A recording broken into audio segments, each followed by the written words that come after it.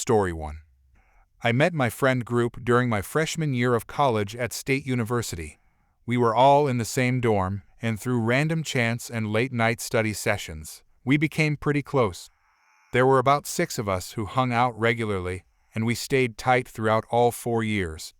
After graduation, most of us stayed in the area since the job market was decent, and we already had our lives established here. One person in our group always stood out for a very specific reason. She had this bizarre inability to read social cues, particularly when it came to romantic interest. It wasn't that she was overly confident or anything like that. She just genuinely could not tell the difference between someone being polite and someone actually flirting with her. And I mean really could not tell. It became a running joke among the rest of us. We could literally predict the moment she would turn to us and announce that someone was hitting on her. A waiter refilling her water glass, totally into her. A barista writing her name on a coffee cup, obviously wanted her number. A cashier at the grocery store asking if she found everything okay, clearly flirting. We tried to gently correct her at first. We would explain that these people were just doing their jobs, that being friendly was literally part of how they got tips and kept customers happy. But she would push back every single time, insisting that we just didn't see what she saw, that we weren't paying attention to the subtle signals she was picking up on. After a while, most of us just stopped arguing with her about it. It was easier to just nod and change the subject than to have the same circular conversation over and over again. But sometimes, the situations were so ridiculous that someone had to say something. This particular incident happened about a year after we all graduated. I was 25 at the time, working my first real job in marketing and still figuring out adult life. She had reached out asking if I wanted to meet up for drinks downtown. I agreed because I hadn't seen her in a few weeks and figured it would be fun to catch up. We met at this restaurant that had a really nice bar area. It was one of those places that was perfect for starting the night before heading to the actual bars nearby. We grabbed seats at the bar, ordered some appetizers and drinks, and started chatting about work and life. About 30 minutes into our conversation, I saw someone I recognized walking through the restaurant. It was my best friend's boyfriend. I had met him several times at various gatherings and parties. He was a great guy, funny and easy to talk to. He spotted me and walked over with a smile. Him, "Hey, I didn't know you came here." Me, "Yeah, just meeting up with a friend. This is my college friend." Friend, "This is my best friend's boyfriend." Her, "Nice to meet you." Him, "You too. How do you two know each other?" Me, "We lived in the same dorm freshman year. Been friends ever since." Him, "That's awesome. I'm actually supposed to be meeting some people here, but I think I'm at the wrong place. Have you seen a group of guys anywhere?" Me, "No, sorry. Maybe try the bar down the street? I think it's called the Tavern." Him, "Yeah, that might be it. Well, it was good seeing you. Nice meeting you." Her, "You too." He waved and walked out of the restaurant. The entire interaction lasted maybe 2 minutes, tops. Very casual, very normal. The second he was out the door, she turned to me with this huge grin on her face. Her, "Oh my God, he was totally hitting on me." I looked at her, genuinely confused. Me, "What? No, he wasn't." Her, "Yes, he was. Did you not see the way he was looking at me?" Me, "He was looking at both of us. We were having a conversation." She waved her hand dismissively. Her, "No, there was definitely something there. I could feel the vibe." Me, "There was no vibe. He was just being friendly." Her, "You're not seeing it. He gave me this look. I know when someone is interested in me." I felt my patience starting to wear thin. This was exactly the kind of thing that drove everyone in our friend group crazy. Me, "He was not hitting on you. He was literally just saying hi because he recognized me." Her, "Why are you being so negative? Can't you just be happy for me that someone showed interest?" Me, "Because no one showed interest. He was being polite." Her, "The way he looked at me said otherwise. You wouldn't understand. Sometimes you just know." I took a deep breath. I needed to shut this down before it spiraled further. Me. He primarily looked at me during that entire conversation because I was the one talking to him. There was no special vibe. He was just being a nice person. She rolled her eyes. Whatever. I know what I saw. Me. You didn't see anything because there was nothing to see. He is seriously not interested in you. And how would you know that? Me. Because 1, he has a boyfriend, and 2, he's gay. There was a brief pause. I thought maybe, finally, she would accept reality. That doesn't mean anything. Maybe he's questioning things. Maybe he was giving off bi energy. I stared at her in complete disbelief. Me. Are you actually serious right now? I literally just told you he is in a relationship with another man. He is gay. He was not hitting on you. You're being really closed-minded right now. Sexuality is fluid. People can be attracted to different people. Me. Oh my God. Stop. Just stop. He was not hitting on you. He said maybe 10 words total, most of them directed at me, and then he left to find his actual friends. There was zero romantic or sexual interest happening in that interaction. I just think you're jealous that he paid attention to me and not you. I actually laughed out loud at that. Me jealous? Of what exactly? He's my best friend's boyfriend. I introduced him to you as my best friend's boyfriend. What part of this is not getting through to you? She crossed her arms and looked away. Fine. Believe what you want. But I know what I felt. I decided to drop it. There was no point in continuing the argument. We finished our drinks in awkward silence and left soon after. The night was pretty much ruined. A few months later, I ran into him again at a coffee shop. We started chatting, and I ended up telling him the whole story. He found it hilarious. Wait, she thought I was hitting on her. I barely even looked at her. Me. I know. I tried to tell her that.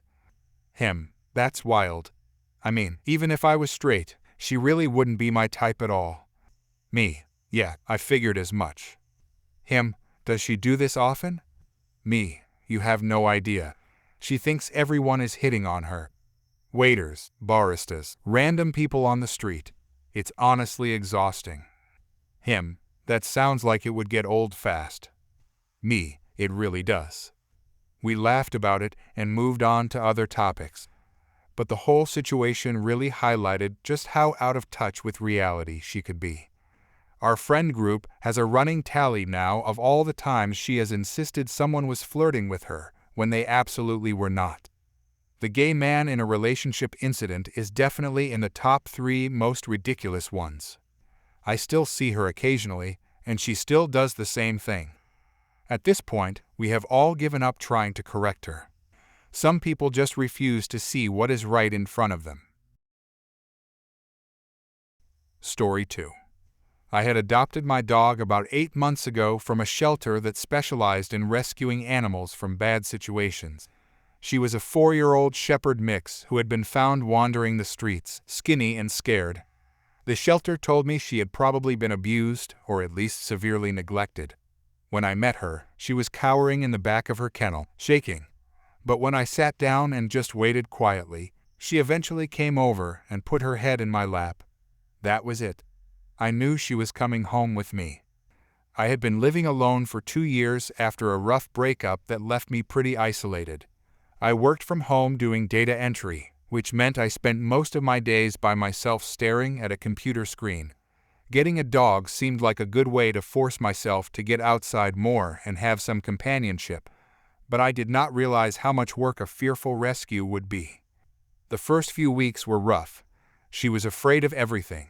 Loud noises, sudden movements, men with deep voices, children running. She would shake and hide behind me or try to bolt. I could not even walk her past a group of people without her panicking. So I hired a trainer who specialized in anxious dogs. We worked on building her confidence, teaching her that the world was not as scary as she thought. It was slow progress, but she was getting better. Part of the training meant exposing her to the world in controlled ways. We practiced in quiet places during off hours. I got her a bright red vest that said in huge letters, "Do not pet," in training. It was impossible to miss. The trainer said it would help people understand to give us space. Yesterday, I took her to a small neighborhood park that was usually pretty empty in the late afternoon. It was perfect for training because there was lots of open space and not many distractions. We were working on recall, which meant I would have her sit and stay, walk away, and then call her back to me. She was doing great, focused and calm. Then I heard a man's voice from across the park. "Dad, go ahead. Honey, go pet the dog." I looked up and saw a little girl, maybe 6 years old, running straight toward us. My heart jumped into my throat. "Me, please don't." I stepped in front of my dog immediately, putting myself between her and the running child. The dad was walking behind his daughter, not even hurrying. "Dad, she just wants to say hi. She loves dogs." "Me, I'm sorry, she's not comfortable being touched." He actually scoffed at me, like I had said something ridiculous. "Dad, you shouldn't bring her out in public if she's aggressive." I felt my face get hot. My dog was sitting behind me, tail tucked, ears back. She was nervous, but she was not showing any aggression. No growling, no lunging, nothing. She was doing exactly what she had been trained to do. Stay calm and let me handle it. "Me, she's not aggressive. She's in training. That's what the vest is for." I pointed at the vest. The words were right there, clear as day. The dad's face turned red, and he raised his voice. "Dad, she'll never get better if you don't let people pet her. You're the reason dogs end up mean." I could not believe what I was hearing. This man knew nothing about my dog, nothing about what we had been through, and he was lecturing me about how to train her. "Me, I'm protecting both your kid and my dog. Please leave us alone." My voice was shaking now. I was angry, but also trying not to escalate things. My dog was picking up on my tension, and I could feel her pressing against the back of my legs. "Dad, crazy dog people." He threw his hands up and turned to walk away. His daughter looked back at me. "Girl, sorry." That broke my heart a little. This kid was more polite than her own father. I waited until they were completely out of sight before I bent down and checked on my dog. She was still tense, but she had not reacted badly. I gave her a treat and told her she was a good girl. My hands were shaking. The thing that made me so angry was that this man had no idea how badly that situation could have gone. If his daughter had reached my dog before I could stop her, if my dog had been startled and snapped, it would have been my dog who paid the price. People would have called her aggressive.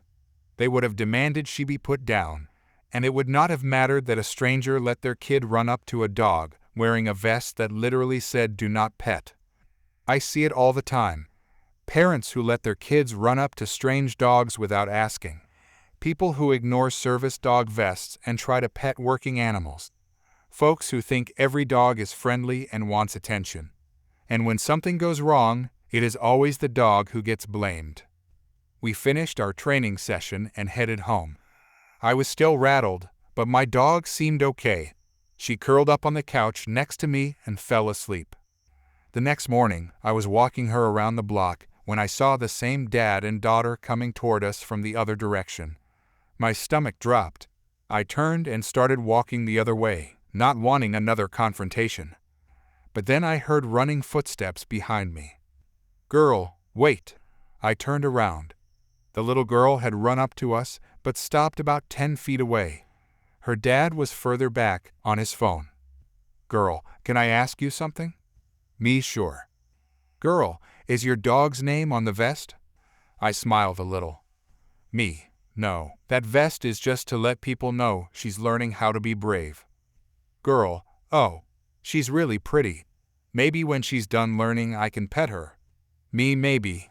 But you did a really good job stopping and asking instead of running up. That's exactly what you're supposed to do." She beamed. "Girl, my mom told me that this morning. She said my dad was wrong yesterday." I glanced at the dad, who was now watching us but staying back. "Me, your mom is right. You should always ask first." She waved and ran back to her dad. He gave me a little nod, not quite an apology, but maybe an acknowledgement that he had messed up. I walked home feeling a little better. At least the kid had learned something, even if her father had not. Story 3. I've been working mall security for about 5 years now. It's not the career I imagined when I was younger, but life has a way of taking you in unexpected directions. I'm 32 years old, and I took this job after my construction company went under during the recession. I needed steady work with benefits because I have a daughter to support. My ex-wife has primary custody, but I pay child support and see my kid every other weekend. The mall job pays decently, has health insurance, and the hours are predictable enough that I can plan my life around them. The parking validation system at Westfield Mall is pretty straightforward. You spend $75 or more at any store. You get your parking validated. Spend less than that. You pay the $8 parking fee. It's posted everywhere. Signs at every entrance, signs in the parking garage, information at the customer service desk. There's really no way to miss it unless you're deliberately not paying attention. Most people accept this without issue. Some grumble about it, but pay anyway. And then there are the ones who act like paying for parking is a personal attack against them specifically. I was doing my usual rounds through the parking garage on a Saturday afternoon when I got a call on my radio from the customer service desk. Customer service. Security. We have a situation at the main desk. Can someone respond? Me, on my way. I headed down from the 3rd level of the garage to the main mall entrance where the customer service desk is located. When I arrived, I could hear her before I could see her. Her. This is absolutely ridiculous. I spent money in your mall.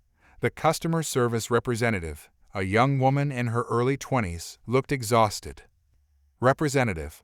Ma'am, as I explained, you need to have spent at least $75 to qualify for validated parking. Her. I spent $50. That should be enough. Representative. I'm sorry, but the policy is $75 minimum.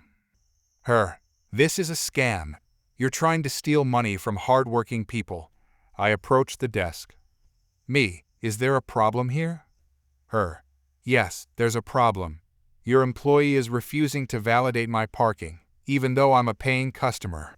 Me. How much did you spend today? Her. That's none of your business. Representative. She spent $53. Her. So what? I still spent money here. That should count for something. Me. The validation policy requires $75 or more. If you spent less than that, you need to pay the parking fee. Her. $8 for parking? That's highway robbery. Me. It's the posted rate. There are signs throughout the garage. Her. I don't care about your signs. This is discrimination. Me. It's a standard parking policy. You can either pay the fee or you can spend another $22 in the mall to qualify for validation. Her. I'm not spending another dime in this terrible place, and I'm not paying for parking either. She grabbed her shopping bag and stormed toward the exit. Representative. She still needs to pay for parking to get out of the garage. Me. The gate will stop her. She'll have to pay. I went back to my rounds, figuring that was the end of it. About 20 minutes later, I was on the 2nd level of the parking garage when I heard someone shouting. I walked toward the noise and couldn't believe what I was seeing. The same woman from the customer service desk was walking down a row of cars with her keys out, actively scratching the side of a silver sedan. Her. If I have to pay, everyone has to pay. Me. Hey, stop right there. She looked up, saw me, and moved to the next car. She dragged her keys along the side of a red truck. Her. This is what happens when you support unfair business practices. I started running toward her, speaking into my radio. Me. I need police to the 2nd level parking garage immediately. We have someone vandalizing vehicles. She was moving down the row, scratching each car she passed. A blue minivan, a black SUV, a white sedan. Her. We all pay. Everyone pays. Me. Ma'am, stop what you're doing right now. She ignored me and kept going. I could hear sirens in the distance. Mall security protocol says we're not supposed to physically restrain someone unless they're an immediate danger to themselves or others. So I just followed her, documenting which vehicles she was damaging. She had made it through about 7 or 8 cars when a police cruiser pulled into the garage. An officer got out and started walking toward us. "Officer, police, stop what you're doing." That's when she panicked. She looked at the cop, looked at me, and then started running in the opposite direction. But she was carrying a large purse, one of those oversized designer bags, and it was hanging off her shoulder. As she ran, the strap slipped down her arm. She tried to hike it back up, while running, stumbled over the bag itself, and went down hard on the concrete. Her keys went skittering across the ground. The officer was on her in seconds. He pulled out his handcuffs while she was still on the ground. "Officer, you're under arrest for vandalism and destruction of property." Her, "Get off me. This is anti-freedom vandalism." "Officer, you're the one who vandalized the cars." Her, "I'm making a statement. If they're going to charge me for parking, then everyone should suffer." The officer had her hands cuffed behind her back and was helping her to her feet. "Officer, you have the right to remain silent. Anything you say can and will be used against you in a court of law." Her, "This is oppression. You're all part of the system." "Officer, you have the right to an attorney." Her, "I want a lawyer. I'm going to sue this mall and every person who works here." Another police car arrived. The second officer started taking photos of all the damaged vehicles while the first officer walked her to his cruiser. Her, "Those people deserved it. They support corporate greed." "Officer, right? Let's go." As they were putting her in the back of the police car, she was still yelling. Her, "This is unconstitutional. You can't arrest me for standing up for what's right." I spent the next 2 hours helping the officers identify all the damaged vehicles and tracking down the owners. We counted 9 cars total with key scratches along their sides. Some were minor, some were deep gouges that would need serious bodywork. The mall management pulled security footage showing her vandalizing each vehicle. The evidence was overwhelming. One of the car owners, an older man whose truck had been scratched, asked me what had happened. "Owner, why did she do this?" Me, "She was angry about the parking validation policy." Owner, "So she destroyed people's property." Me, "That about sums it up." Owner, "What validation policy?" Me, "You need to spend $75 to get free parking." Owner, "Oh, I always just pay the $8. It's easier." I almost laughed. My manager called me later that evening to check in. Manager, "I heard what happened. Are you okay?" Me, "Yeah, I'm fine. It was just crazy." Manager, "The police said she caused over $10,000 in damages." Me, "That sounds about right based on what I saw." Manager, "All because she didn't want to pay $8 for parking." Me, "People are something else." The story made the local news that night. They showed her mugshot and reported that she was being charged with multiple counts of felony vandalism. The bail was set at $25,000. $8 for parking suddenly seemed pretty reasonable. Story 4. I had moved out of my mom's place about a year and a half ago, right after I turned 21. It was not because we had some huge fight or anything dramatic. I just needed space. My mom had always been the type to manage everything in my life. She picked my classes in high school, she filled out my college applications, she even called my professors when I was 19 to ask about my grades. I loved her, but living with her meant never making my own decisions. So when I got a job as an assistant at a marketing firm, I found a cheap studio apartment across town and moved out. It was tiny and the heating barely worked, but it was mine. For the first time in my life, I was handling my own stuff, paying rent on time, keeping track of bills, buying groceries without someone telling me what I needed. It felt good, like I was finally becoming an actual adult. Money was tight, but I was managing. I had a debit card and I was careful with it. One of my coworkers told me I should start building credit, so I did some research and found this thing called Fizz. It was basically a debit card that reported to credit bureaus, which meant I could build credit history without the risk of going into debt. Perfect for someone like me who was still figuring things out. I had been using it for about 6 months when I got the email. It was from a credit card company I had heard of but never contacted. The subject line said application received. I opened it thinking it was spam, but it had my full name and address. It thanked me for applying and said they would be reviewing my information. My stomach dropped. I had not applied for anything. My first thought was that someone had stolen my identity. I had heard horror stories about people getting their information stolen and waking up to thousands of dollars in debt. I called the number on the email immediately, my hands shaking while I waited on hold. When I finally got through to a person, I explained that I had not applied for this card. The representative put me on hold, then came back and confirmed that yes, an application had been submitted with my name, address, and social security number. Everything matched. Me, but I did not apply. Someone used my information without permission. Representative, do you have any family members who might have access to your personal documents? That question hit me like a truck. I hung up and stared at my phone for a minute, trying to process. Then I called my mom. She picked up on the second ring. Mom, hey, sweetie, what's up? Me, did you apply for a credit card using my information? There was a pause, not a long one, but long enough that I knew. Mom, oh yeah, that was me.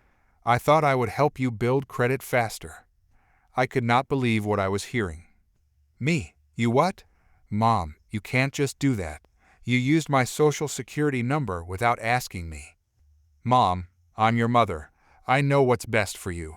You're taking too long to build credit on your own, so I figured I would speed things up. I was going to manage it for you until you got more established. Me, that's not how this works. You can't open accounts in my name. That's identity theft. That's illegal. Mom, identity theft? Are you seriously accusing me of being a criminal? I'm trying to help you. Me, I don't care what you were trying to do. You used my personal information without my permission. You could have ruined my credit before I even got started. Mom, you're being so dramatic. I raised you. I changed your diapers. I know your social security number by heart. I have every right to use it if I'm helping you. Me, no, you don't. I'm 23 years old. I'm an adult. You need to ask me before you do something like this. She was quiet for a second, and then her voice got cold. Mom, you know what? I don't need this. I was trying to be a good mom, and you're throwing it in my face. You've changed since you moved out. You think you're so independent now, but you're still my child. Me, I'm not a child anymore. Mom, clearly, because a child would appreciate what their mother does for them. Then she hung up on me. I sat there staring at my phone, feeling like I had been punched in the stomach. I knew my mom could be controlling, but this was a whole new level. She had literally committed fraud and somehow thought I was the one being unreasonable. The next day, I called my aunt to vent. I needed to talk to someone who knew my mom and could maybe help me make sense of this. But when my aunt picked up, she already knew about the fight. Aunt, your mom called me last night. She said you blew up at her for trying to help you with your credit. Me, that's not what happened. She opened a credit card in my name without telling me. Aunt, she said she was just trying to help you get ahead. Me, by committing identity theft. My aunt sighed. Aunt, look, I know your mom can be a lot, but she really does think she's helping. Maybe you could have been a little nicer about it. I realized then that my mom had already spun the story to make herself look like the victim. I was the ungrateful daughter who yelled at her poor mother for caring too much. I spent the next week cleaning up the mess. I froze my credit so nothing else could be opened without my permission. I called the credit card company and explained the situation. They canceled the application. Thankfully, since it had not been approved yet, I checked all 3 credit bureaus to make sure there were no other surprises. The whole time, my mom did not call or text. Not to apologize, not to check if I was okay, nothing. When she finally did reach out 2 weeks later, It was a text that said, "I hope you're happy. You've made me feel like a terrible mother." I did not respond. What could I say? She still did not think she had done anything wrong. In her mind, I was the problem. I love my mom, I really do. But this whole thing made me realize that she does not see me as an adult. She still sees me as someone she needs to manage and control, and I do not know if that is ever going to change.